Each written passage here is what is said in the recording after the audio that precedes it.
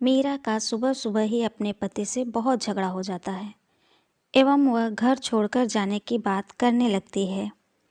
माँ भी वहीं पर खड़ी होती है और वह बोलती है, अरे बहू, क्या हुआ? ऐसे झगड़ा नहीं करते। छोटी छोटी बातों पर कोई घर छोड़कर थोड़ी ना जाता है। बहू बोलती है, हाँ हाँ, पहले तो पीछे से तीली लगाओ तथा फिर सामने से ऐसा जताओ कि आग बुझाने आई हो। अरे बहू, तुम यह क्या बोल रही हो? मैंने कब क्या बोला था तुमसे?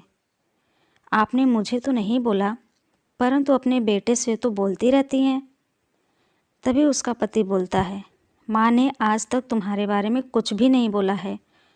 वो तो तुम ही हो जो उनके बारे में कुछ न कुछ बोलती रहती हो। तभी माँ बोलती है, ऐसा क्या बोलती है ये मेरे बारे में? ज़रा मैं भी तो सुनूं। मीरा बोलती है, ये क्या बताएंगे, मैं ही बताती हूँ। मैं बोलती हूँ, न जाने ये बुढ़िया कब मरेगी, ना जाने इससे मुझे कब छुटकारा मिलेगा। मेरी छाती पर मूंग दाल दर रही है। इतना सब सुनकर माँ बोलती है, तू तो अभी जा रही थी ना, यहाँ पर क्यों खड़ी है? जाना। हाँ हाँ, चली जाऊँगी, परंतु पूरे मोहल्ले को बता कर जाऊँगी कि दोनों बहू बेटे मिलकर मुझे यहाँ से क्यों भगाना चाहते हैं। माँ बोलती है, जा, जिसको जो बोलना है बोल दे। मैं भी यहाँ 30 सालों से रह रही हूँ। अपना दबदबा बना कर रखा है यहाँ पर मैंने। मीरा बोलती है, देखते हैं आपको यह लोग कैसे जीने देते हैं। तभी मीरा का पति बोलता है, तुम जाती क्यों नहीं यहाँ से? जाने का दरवाज़ा उधर है, निकल जाओ यहाँ से। इतना सब सुनकर मीरा वहाँ से तुरंत निकल जाती है। अगले दिन बाहर से ज़ोर ज़ोर से सब्जी वाले की आवाज़ आती है। माँ बोलती है, जा बेटे, सब्जी लेकर आ जा। बेटा बोलता है, माँ, मीरा जब से घर छोड़कर गई है, मोहल्ले वाले तो मुझे ऐसे देखते हैं जैसे मैं उन्हें खींचकर अपने घर ले आऊँगा। आप ही जाओ।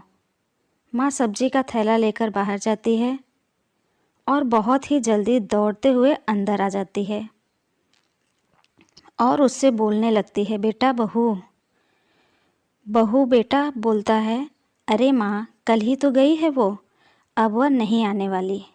अरे नहीं बेटा, वह नीचे सब्जी का ठेला लेकर खड़ी है। बेटा माँ की बात सुनकर एकदम से हैरान सा रह जाता है और वह नीचे जाता है और सब्जी वाली से बोलता है, अब यह क्या नाटक लगा रखा है? जल्दी से अंदर चलो, क्योंकि तुम हमेशा हमारे नाक कटवाने पे लगी रहती हो। और वह सब्जी वाली को पकड़कर अंदर ले आता है। माँ बोलती है, क्या हुआ बहू, एक दिन में तुम्हारा ड्रेसिंग सेंस भी बदल गया, अपनी माँ की तरह कपड़े पहन लिए। सब्जी वाली बोलती है, मेरी माँ के ही कपड़े हैं तो उन्हीं की तरह न दिखूंगी।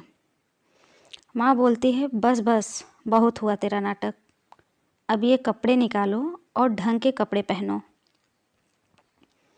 सब्जी वाले को कुछ समझ में नहीं आता था, परंतु जब वह दीवार पर मीरा और उसके पति की तस्वीर देखती है तो उसे सीता एवं गीता का पूरा चक्कर समझ में आ जाता है। उसका पति बोलता है, आज हम बाहर खाने पर चलेंगे, तैयार हो जाना। दोनों शाम को भोजन पर जाते हैं। सब्जी वाली मन ही मन सोचती है, यह कितना बढ़िया है, इतने महंगे कपड़े, इतनी महंगी होटल और ऊपर से इतना अच्छा मकान, जिंदगी हो तो ऐसी। तभी सब्जी वाली पूछती है, बताओ ना, मैं यह घर छोड़कर क्यों गई थी? तुम घर छोड़कर इसलिए गई थी क्योंकि तुम्हें अच्छी एसी नहीं मिल रही थी, अच्छे कपड़े पहनने को नहीं मिल रहे थे, बढ़िया भोजन खाने को नहीं मिल रहा था एवं महंगी होटल नहीं ले जा रहा था, इसीलिए। सब्जी वाली सोचती है, इतना सब कुछ भी किसी के लिए कैसे कम हो सकता है। अगले दिन सब्जी वाली रोज़ सुबह उठती थी, सुबह से सबके लिए भोजन बनाती, घर का सारा काम भी करती और दिन में टीवी देखने के पश्चात आराम करती। कुछ दिन ऐसे ही बीत गए। एक दिन जब सब्जी वाली आराम कर रही थी तभी वहाँ पर माँ बेटे आ जाते हैं और वह सब्जी वाली से बोलते हैं, तुम्हें शर्म नहीं आती किसी और की ज़िंदगी जीते हुए? गरीब सब्जी वाली, निकलो यहाँ से। तभी मीरा सब्जी वाली से बोलती है, तुम कैसे किसी और के घर में आ सकती हो? इन्हें तो नहीं पता, परंतु तुम तो जानती थी, फिर भी यहाँ पर आ गई और यहाँ आकर रहने लगी। तथा मुझे तो यह समझ में नहीं आ रहा, इस छोटे से घर में तुम कैसे रह सकती हो, जहाँ पर कोई भी सुविधा नहीं है। अब निकलो यहाँ से, माँ बोलती है। एक बात तो है, भले ही यह सब्जी वाली है, परंतु हमने जो बहू को लेकर स्वप्न देखे थे वह उसमें खरी उतरी। उसमें अच्छी बहू के सारे गुण हैं। सब्जी वाली यह सुनकर जाने लगती है, परंतु जाते हुए एक बात बोलकर जाती है, मैडम यह सब आपके लिए छोटा होगा, परंतु आपके लिए जो छोटा या फिर कुछ भी नहीं है वह किसी और के लिए किसी स्वप्न से कम नहीं है।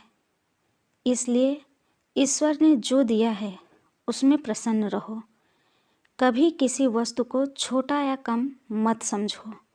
इतना कहकर वह सब्जी वाली वहाँ से चली जाती है। ये कहानी आपको कैसी लगी प्लीज़ कमेंट करके हमें ज़रूर बताइए। अगर अच्छी लगी हो तो एक प्यारा सा लाइक करिए, शेयर करिए और हमारे चैनल पे पहली बार आए हैं तो हमारे चैनल को सब्सक्राइब कर बेल आइकन प्रेस करें। कहानी सुनने के लिए आपका बहुत बहुत धन्यवाद।